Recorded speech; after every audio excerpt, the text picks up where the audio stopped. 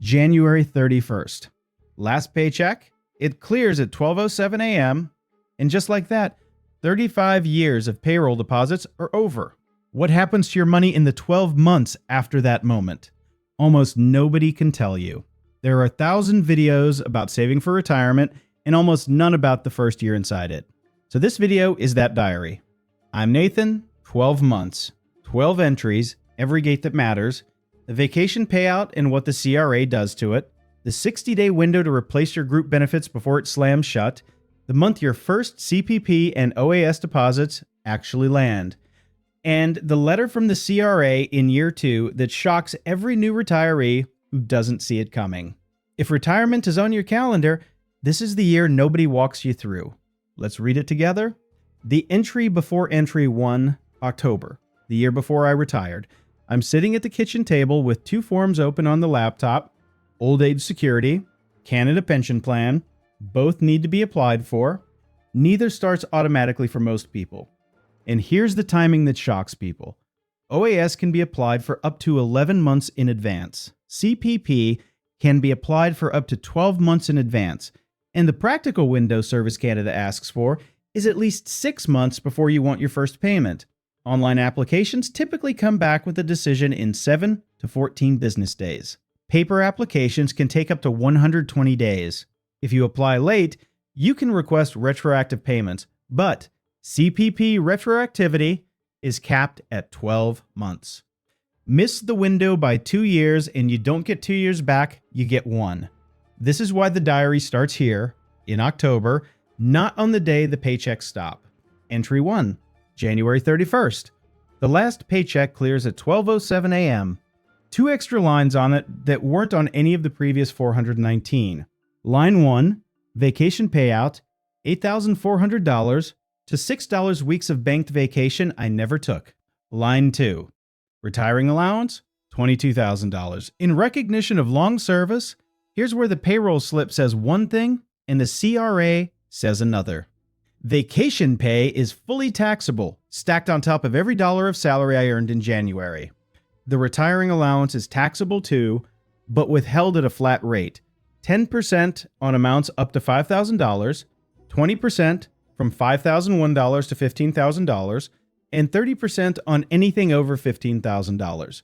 In Quebec, the federal portion of that, withholding is halved, and 14% provincial is added on top.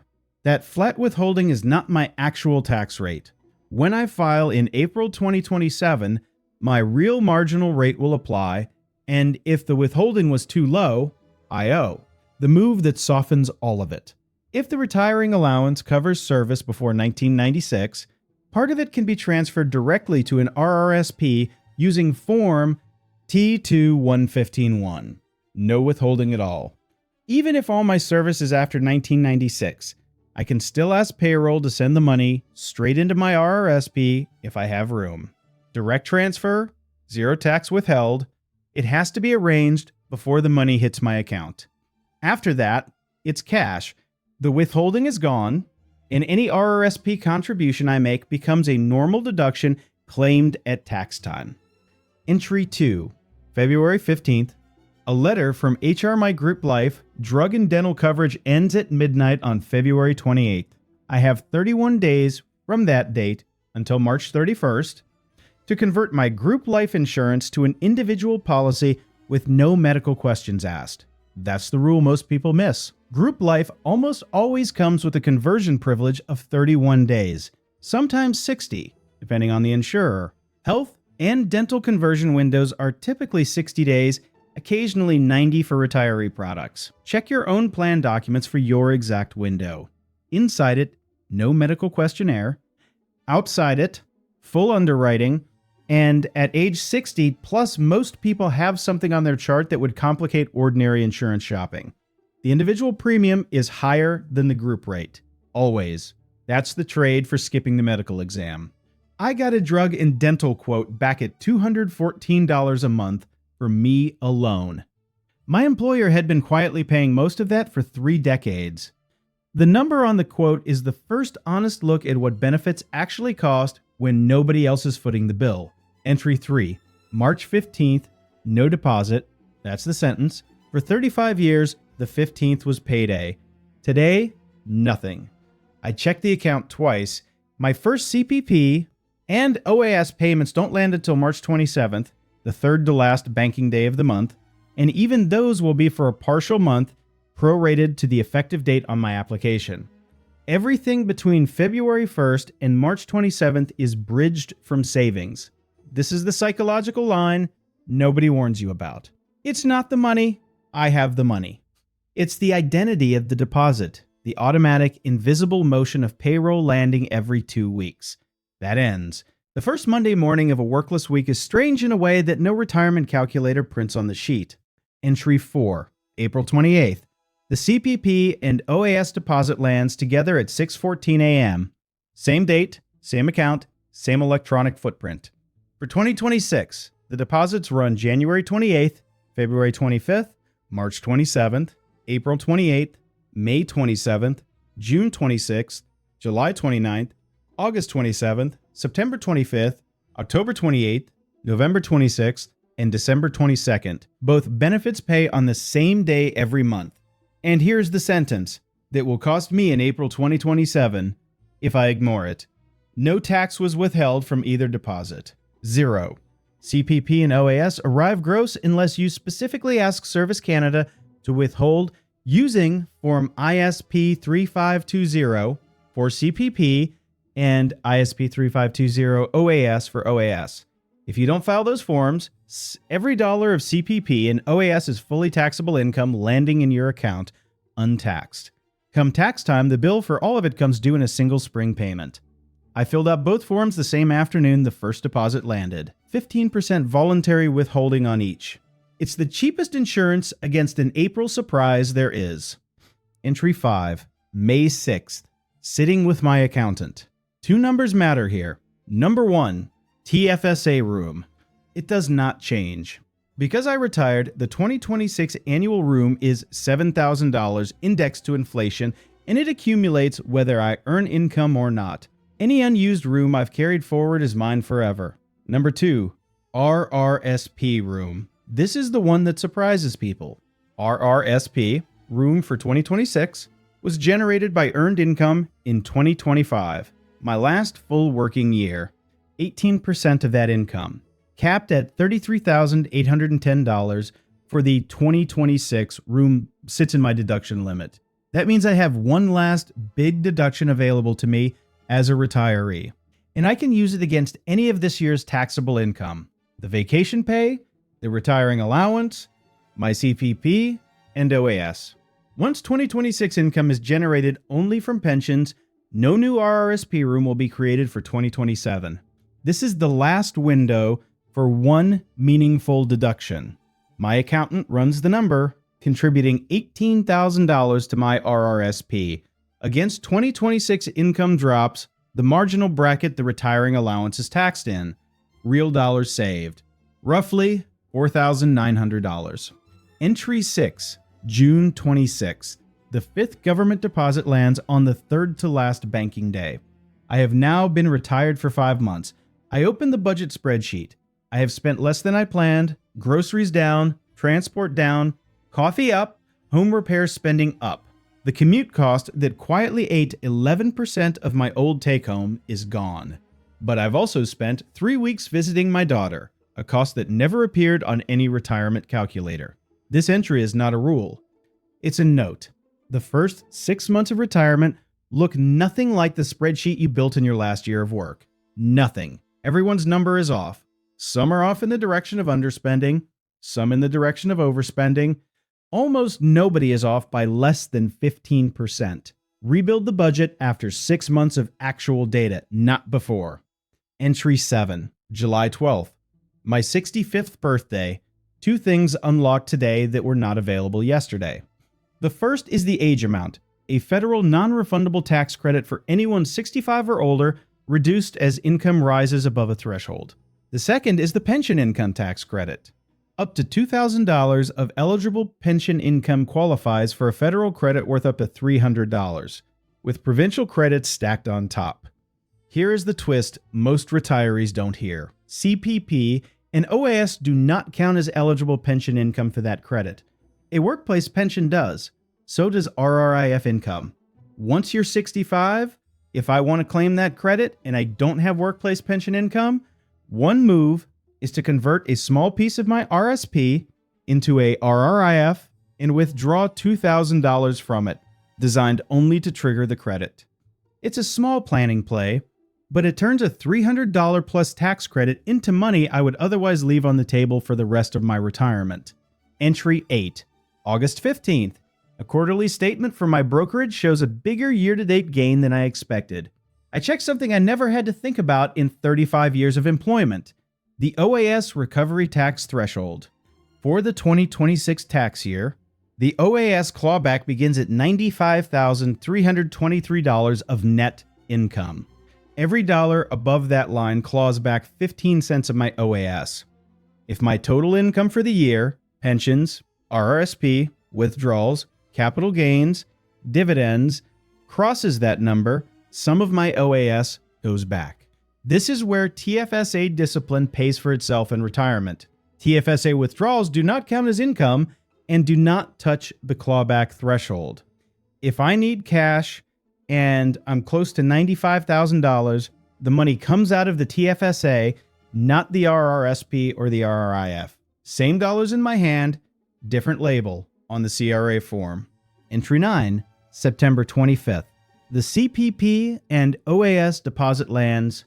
I run my full year projected income and start paying attention to a number I never had to think about while working. How much of my pension income can be split with my spouse for tax purposes? From age 65, up to 50% of eligible pension income, including RRIF income, can be split with a lower income spouse on the T1032 form filed with the tax return. CPP can also be split, but through a separate process called CPP sharing, applied for through Service Canada.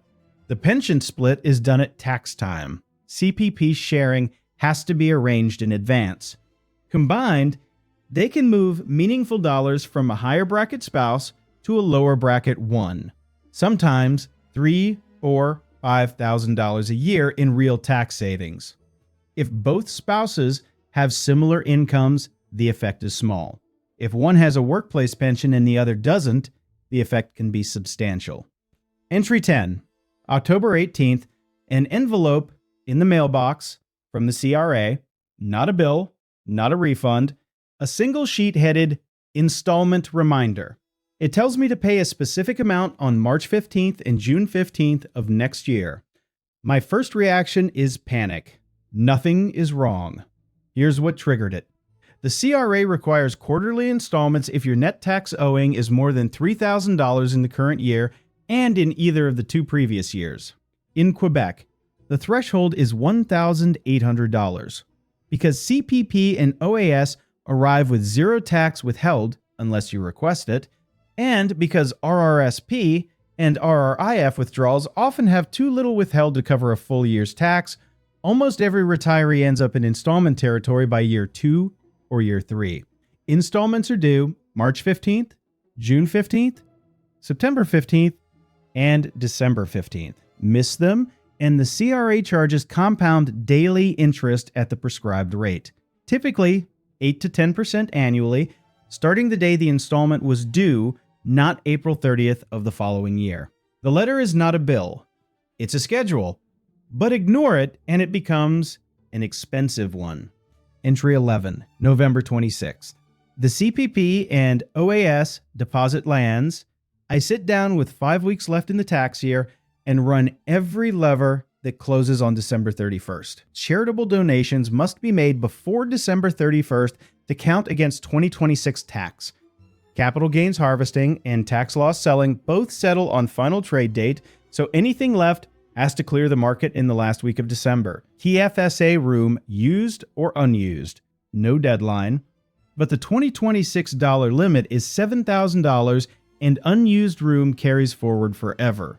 RRSP contributions for the 2026 tax year can be made up to the end of February 2027, so I don't have to finalize that one today, but I write the number I plan to contribute on a note stuck to the fridge. A single afternoon in November, sitting with a pen and last year's notice of assessment is worth more in real dollars than most of what I did in November 2025, chasing the last quarter's sales numbers. Entry 12, December 22nd. Final deposit of the year. The December CPP and OAS date is pulled forward every year to sit ahead of the banking holiday period. This year, that's December 22nd. It's the same amount as November's deposit. No bonus, no top-up, just the regular monthly payment issued early. The gap from December 22nd to January 28th is the longest stretch between deposits all year, roughly 5 weeks or 37 days. Anyone budgeting month to month has to plan for that gap. If rent, mortgage, and utilities come out on the first of the month, the January 1st charges are being covered from the December 22nd deposit, not the next one. This entry is not a rule. It's a warning. Set aside accordingly. Final entry. The last page of the diary. One list, in order, of every date that mattered. October the year before, earliest window to apply for, OAS. 11 months before you want it to start. October to December the year before. Earliest window to apply for CPP, up to 12 months ahead, at least 6 months recommended. January 31, last paycheck. Vacation and retiring allowance land with flat withholding of 10, 20, or 30%, depending on the amount. February 28, group benefits end for most plans. The 31-day life conversion clock starts the day coverage ends. Health and dental windows typically run 60 days, sometimes 90. March 27, first CPP and OAS deposit. Arriving with zero withholding unless ISP 3520 and ISP 3520 OAS are on file. April 30 tax return filing deadline for the previous calendar year. May TFSA room refresh confirmed at $7,000 for 2026. RRSP room from your last working year still available as one last major deduction. July 65th birthday unlocks the age amount and the pension income credit. August to October, mid-year check-in on OAS clawback territory, $95,323. In 2026, October to February, installment reminder letters from the CRA land in the mailbox. Quarterly installment dates are March 15th, June 15th, September 15th, December 15th, December 22. Last deposit of the year, 37 days until the next one lands. That's the diary. If it helped, hit the button. If you're within 12 months of your own entry, 1. Save this and come back to it every month. The year nobody walks you through. Now you have the pages.